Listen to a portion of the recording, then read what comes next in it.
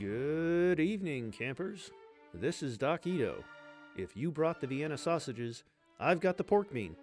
Here to narrate episode 17 of the Civ Battle Royale X Season 3, Flips and Failures. Key cities exchange hands time and time again, while faltering civs lay the groundwork for their own demise. Hello and welcome back to Cbrix 3.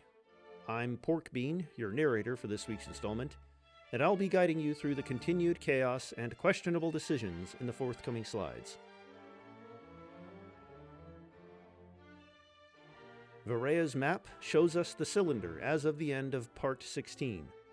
Some of these areas are starting to become a lot more uniform in color as regional frontrunners emerge. Muisca squishes Tegucigalpa in American Dreams, putting Central America in their place. No dreams for you, Morazon. Thanks, as always, to our backers on Ko-Fi. The CBR is a huge undertaking for all involved, and it's great that people enjoy it enough to support it like this. Turkey holds their top spot in the power rankings, though Lehman notices that Kayapo has surged ahead of them in terms of science. Turkey is the one with the army, however, so for now, they seem to be in a comfortable position. We begin this week's shenanigans with a bold and intimidating declaration of war by Sihanouk of Cambodia against Castile, a power 3 times their size. This will no doubt boost the resolve of the Cambodian people, while handily avoiding having to actually fight their enemy due to the continent-sized distance between the new foes. Meanwhile, Central America and the Arapaho reach a peace agreement.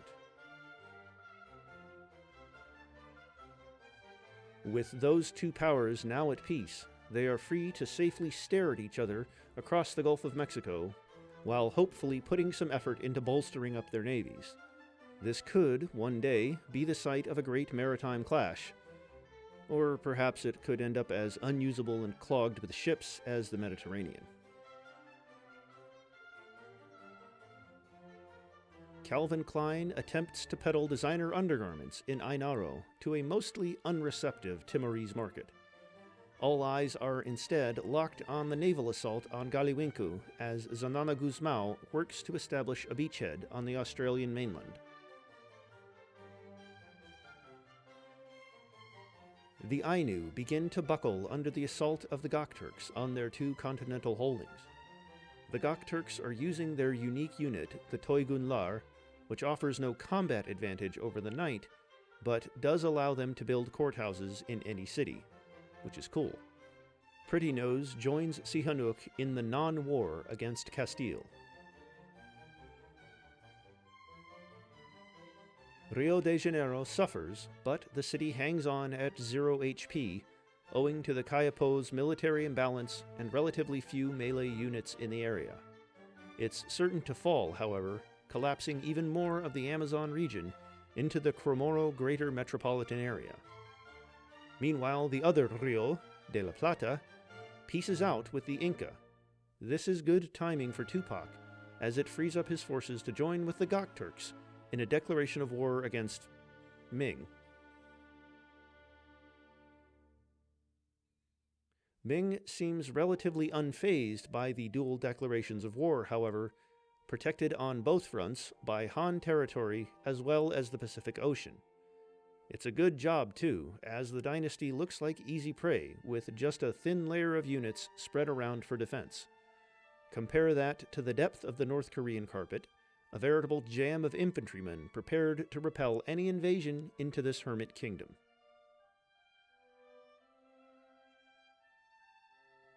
More clothes salesmen emerge as Levi Strauss brings his blue jeans and pop music to the people of Chile. To distract his people from this no doubt destabilizing development, Allende puts the country on a war footing and joins the struggle against Botswana.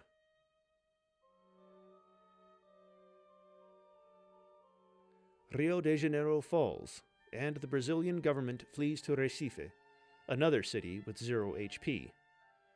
It's a valiant last stand, but Brazil is likely doomed here, unless saved at the last minute by a sudden outbreak of peace.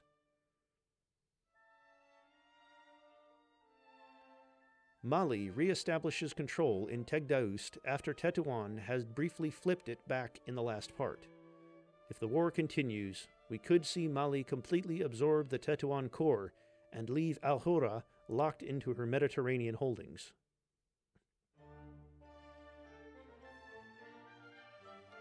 The Kwakwakuaku capital falls again, suffering another devastating loss of population.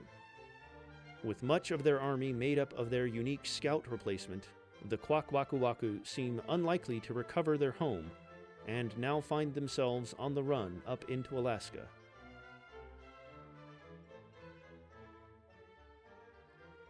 The Wiradjuri begin to pummel the Maori, both on land and at sea.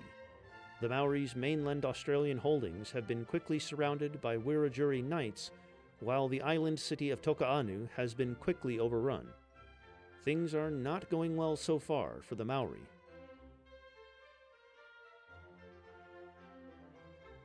Botswana finds themselves in a relevant war as the Zulu launch an invasion.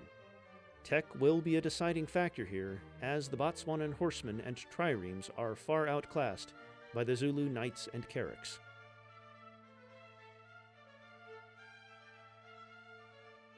Recife falls, taking what was left of Brazil along with it.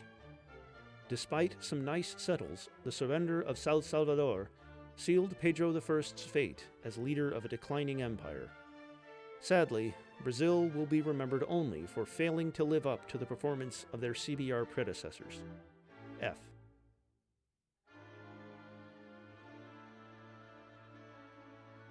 Here we see a nice shot of the Vladimir-Permian border, with both civs showing off similar military capabilities.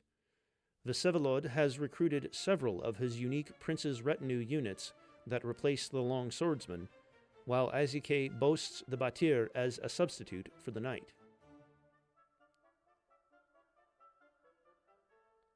The Castilian Armada arrives in Brittany, tasked with dislodging the occupying Irish from the peninsula. Ireland does possess a navy of its own, but its triremes might have a difficult time fighting off Castile's more modern vessels.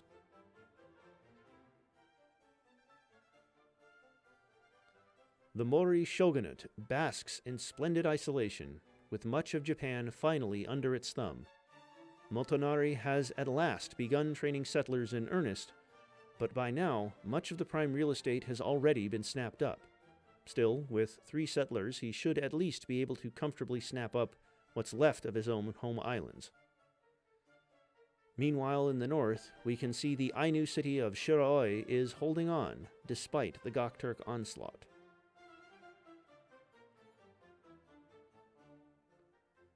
Timor-Leste makes landfall in Australia, capturing Galiwinku from the Yolngu with their superior navy.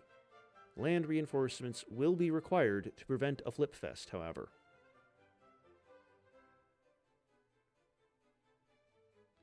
The USA also flexes its naval muscles with a declaration of war against Greenland. Ethan Allen must be feeling bitter that, unlike in our own timeline, the Americans haven't even bothered absorbing all of Vermont and instead are happy to leave the Green Mountain Republic as an irrelevant rump.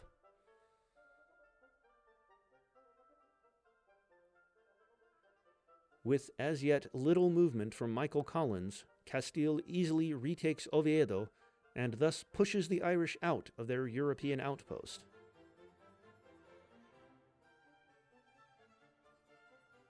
The Maori retake their island city of Tokaanu, but the Wiradjuri naval forces are still in the area and continue to put up a fight.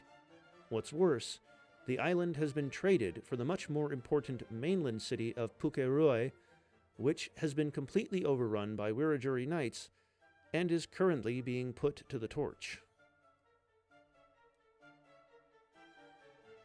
Muiscan ships batter Managua, putting the city firmly in the red. A pair of composite bowmen support the operation and keep Central American reinforcements at bay, making this look like a sure gain for Nemequene. Turkey is given free rein in the Black Sea, surrounding Crimea and bombarding the Kievan city of Novgorod. Turkish knights disembark in the east, but risk being shredded by Olga's unique pikeman replacement.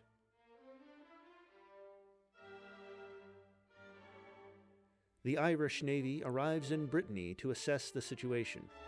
Despite inferior ships, the Irish have launched a stubborn counteroffensive with superior numbers and have already pummeled Oviedo back down into the red.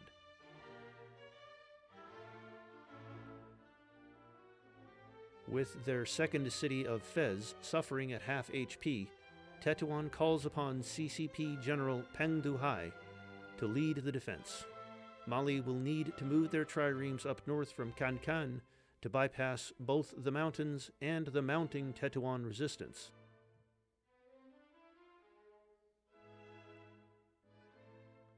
Timor-Leste's foothold in Australia is short-lived, as their navy disappears and the Yolngu walk back into Galiwinku.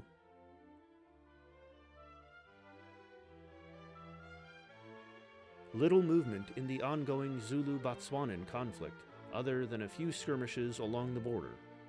The Zulu would do well to hold their ground on land and use their superior navy to attack Serowe and Francistown, but we'll see.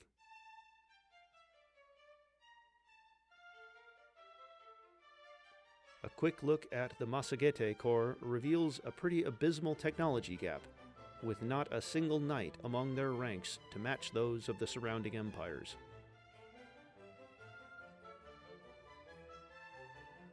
Trouble for Ming, as Han, which was previously acting as a barrier between Ming and the Gokturks, turn on their southern neighbors and join the war. Ming's rather solid navy won't help them much here, so the Yongle Emperor had better get his horsemen up to his northern border ASAP.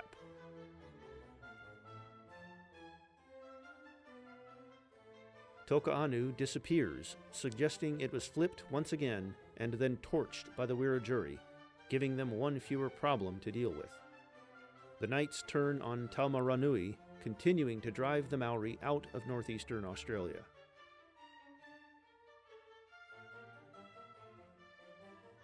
Resistance falters in Managua, with the Muisca capturing the city and ordering it razed.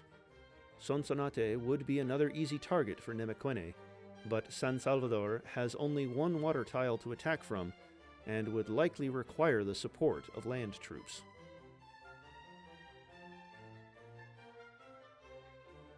Greenland and the USA skirmish around Montpelier, with the American ships being more advanced, but the Greenlandic numbers being nothing to sneeze at. Feeling confident, Roosevelt has also opted to join the dogpile on Botswana.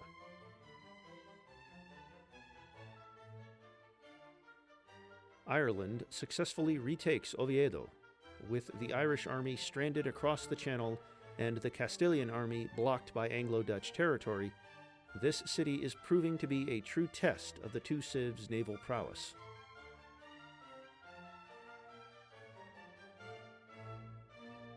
The Kayapo consolidate the formerly Brazilian territories that now comprise their Atlantic coastline.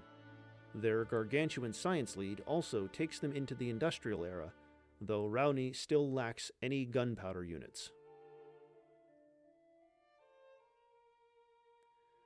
The father of Hong Kong cinema, Lai Ban Wai, is born in Ngaruawahia, giving the people of Aotearoa some cool wire-fu fights to watch as their military situation utterly disintegrates. The Ainu breathe a sigh of relief as Central America and Brandenburg sue for peace, but quickly panic again upon realizing that neither of those are the Gokturks.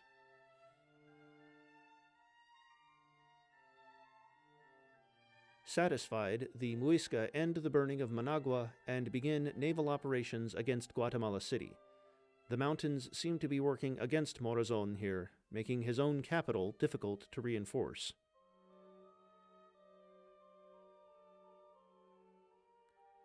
Han knights march into Ming territory. Due to a clerical error, Ming bureaucrats put artist Giuseppe Arcimboldo in charge of defending Nanjing. At least he might scare the invader off with paintings of heads made out of vegetables. Terrifying. The Kievan Rus produce a caravel, a great unit for exploration, if only it hadn't been built in an inland sea. It seems to have been of some use, however, as the ship has suffered a significant damage, and the Turkish fleet that was attacking Novgorod is nowhere to be seen.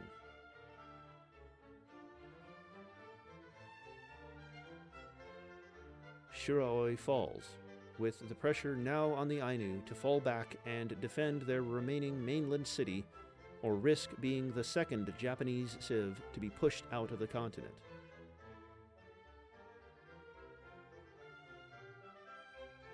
The Wiradjuri continue clearing out Maori settlements, leaving them with only one remaining Australian city down in the southwest.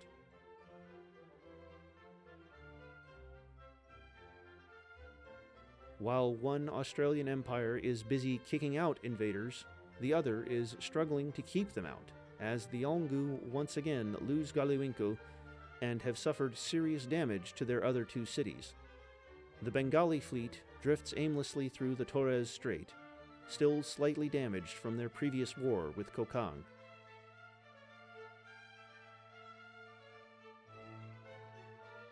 Ibn Battuta sets off on a historically accurate expedition, only this time in service of Yemen instead of Morocco.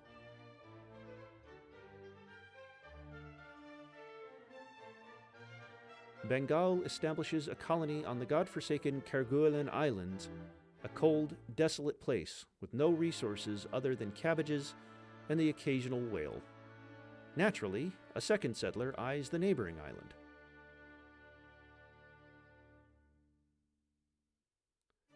Morazon times peace perfectly, saving Guatemala City and not even giving up anything he hadn't already lost.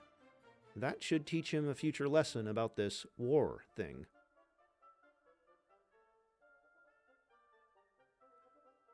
Tuva declares war on Botswana, since all the cool kids are doing it.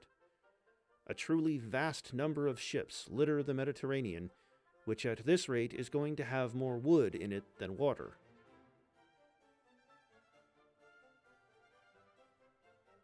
A Brazilian workboat returns home, only to find the entire country on fire and a new government in place. Meanwhile, Bengal picks up on the new trend of declaring war on Botswana and decides to join in too. Han forces reach Nanjing, looking to clear out the surrounding resistance before encircling the city itself. The Han Navy has also positioned itself between the Ming fleet and the Chinese mainland, forming an effective blockade. The scramble for Madagascar is mostly over, with Zulu and Kilwa colonies well established and little free real estate left. Whether one civ could unite this island remains to be seen, but it would take more than just naval supremacy, thanks to Hlobani's position inland.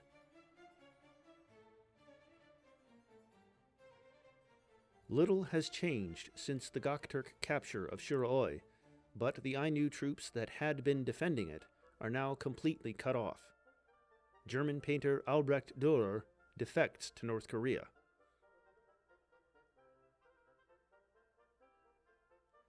Almost no one remains to defend the last Maori city in Australia, besides a Toa and a single swordsman. Kiev's turn to go on the offensive in the Black Sea, with some troops attempting the dangerous crossing over to the Turkish side. The Kievan caravel survives, now upgraded into a carrack.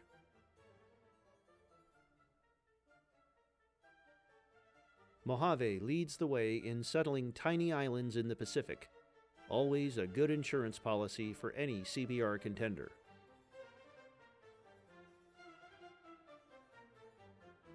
Meanwhile, in the Atlantic, the Muisca make moves by settling the Azores. Interestingly, they declared war on Castile a couple slides ago, hinting at what their future ambitions might be.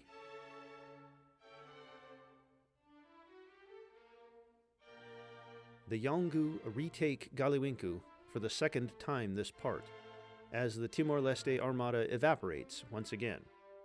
Manpower is running thin, however, and I doubt the Yolngu can take many more flips like this.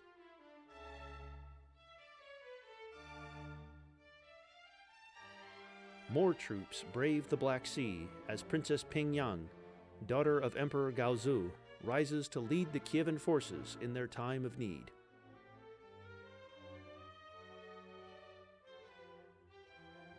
Malian troops close in around Fez as their navy drives off the Tetuan triremes.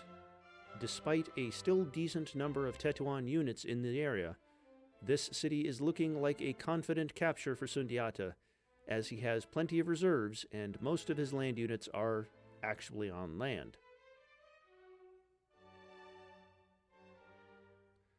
Well, one wily Ming settler achieves what 3 Mori settlers couldn't quite manage: settle the rest of Japan.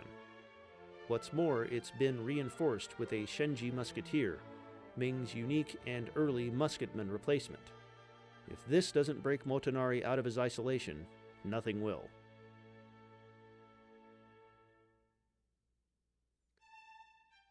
An Indonesian settler wanders aimlessly through the Great Sandy Desert, presumably looking for a single reason to settle there. Another settler has also disembarked on the west coast, followed by another settler heading in the same direction. Where are they going?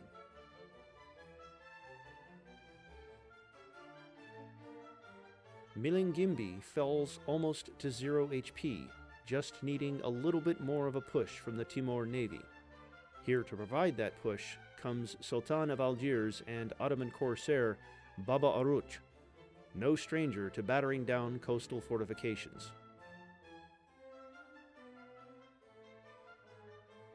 The final Philippine holdout on land is none other than Gertrudis Bocanegra, rebel of the Mexican War of Independence.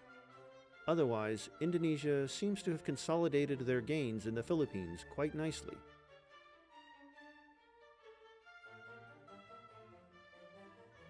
Cree units begin to move past Tiguashti, continuing onwards into Alaska and towards Mimkumlis.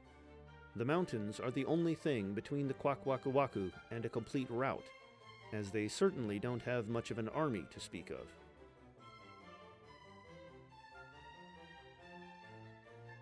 When you have more settlers than sense, why not settle Antarctica? Well, at least we know Yemen will be sticking around for the long term.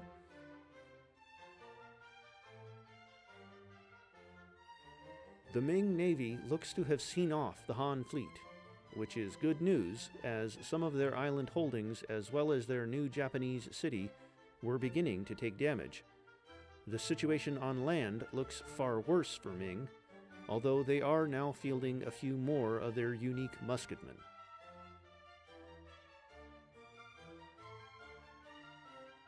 Fez falls, giving Mali a shot at the Tetuan capital. Saida al-Hura is in serious trouble if nothing changes.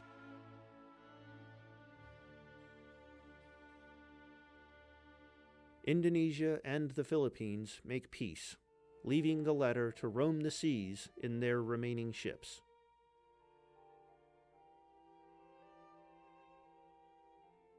Timor-Leste takes Milingimbi with a single ship, despite the presence of Yolngu land forces. This is likely to cause more painful flips and further depopulation for the Australians, cementing their decline, but prolonging their suffering.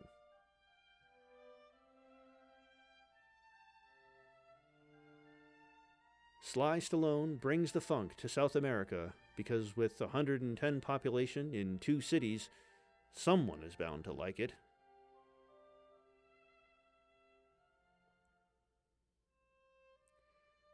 Gokturk units swarm Shihindaka as the walls begin to crumble. Shakushain better hope they don't want to push further than this city.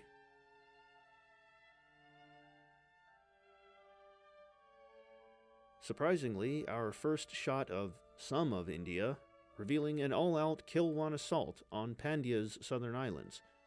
It seems like the Pandyan navy has only just reached the battle, as significant damage has already been done to the city.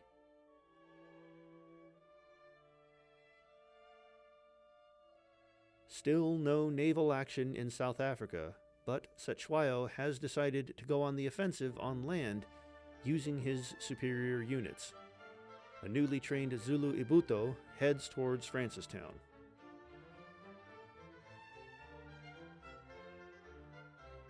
Kilwa takes the island and brings in land units to reinforce their position, despite there being no land for them to stand on. This is an easy recapture for Pandya with their superior navy.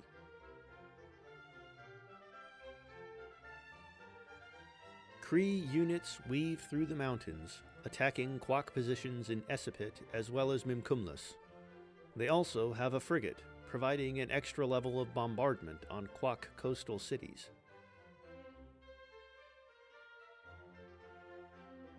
A quick shot of South Georgia, the Sandwich Isles, and the Falklands, some of which are controlled by Rio de la Plata, and some of which aren't.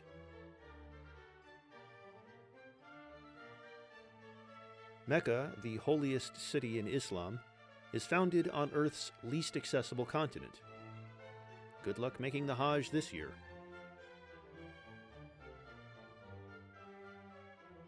The Kwak's city to the north falls, with the others soon to follow.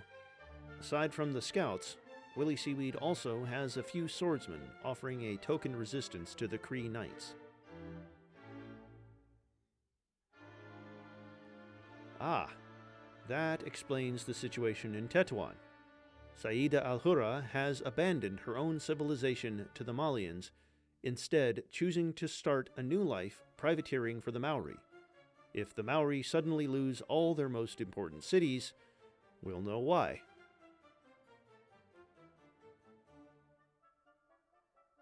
The Cree are also knocking on the door of Captain Jack's stronghold, threatening to claim the Modoc as an elimination. Can they make it 2 capitals in one part?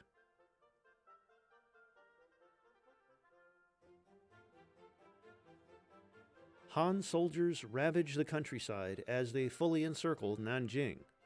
This looks like a surprisingly strategic move coming from a Civ 5 AI, which can only mean something is about to go horribly wrong.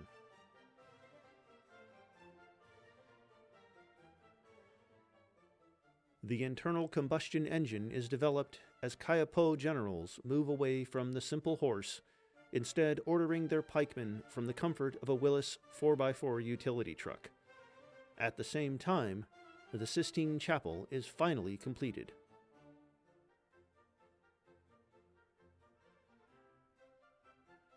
Shinhidaka is lost, forcing the Ainu to join Mori as a simple island folk with no more mainland holdings.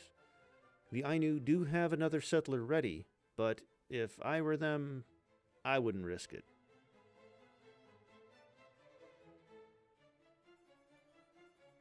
Reza Gadiri offers his services as a great engineer to the Kaya Po. They'll need all the help they can get to plan infrastructure for their megacities.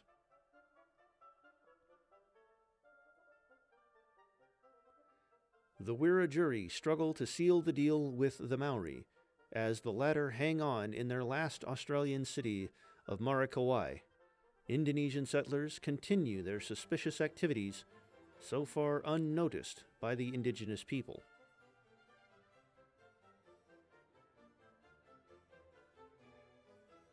Milingimbi is recaptured, suffering another population loss, but is traded for Galiwinku, which is looking more secure in Timorese hands, with no more Yolngu units in the area.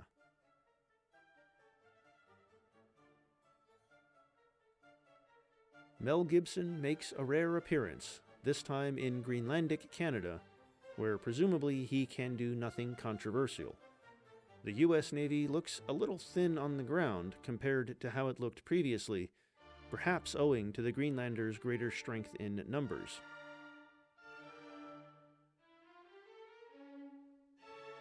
Google tells me Paco Rabanne is a fashion designer, making him the third one to appear in this part.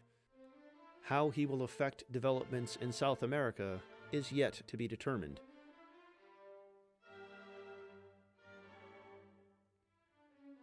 I'll leave you with this final shot of the grand ocean sprawl of Incan Polynesia, which actually accounts for a considerable portion of the Incan population. I've been Porkbean, and I hope you enjoyed reading this installment of the CBRX3. Until next time. And I'll bid you a fond farewell of my own from the Seabrooks Fashion Week. So long, beautiful people.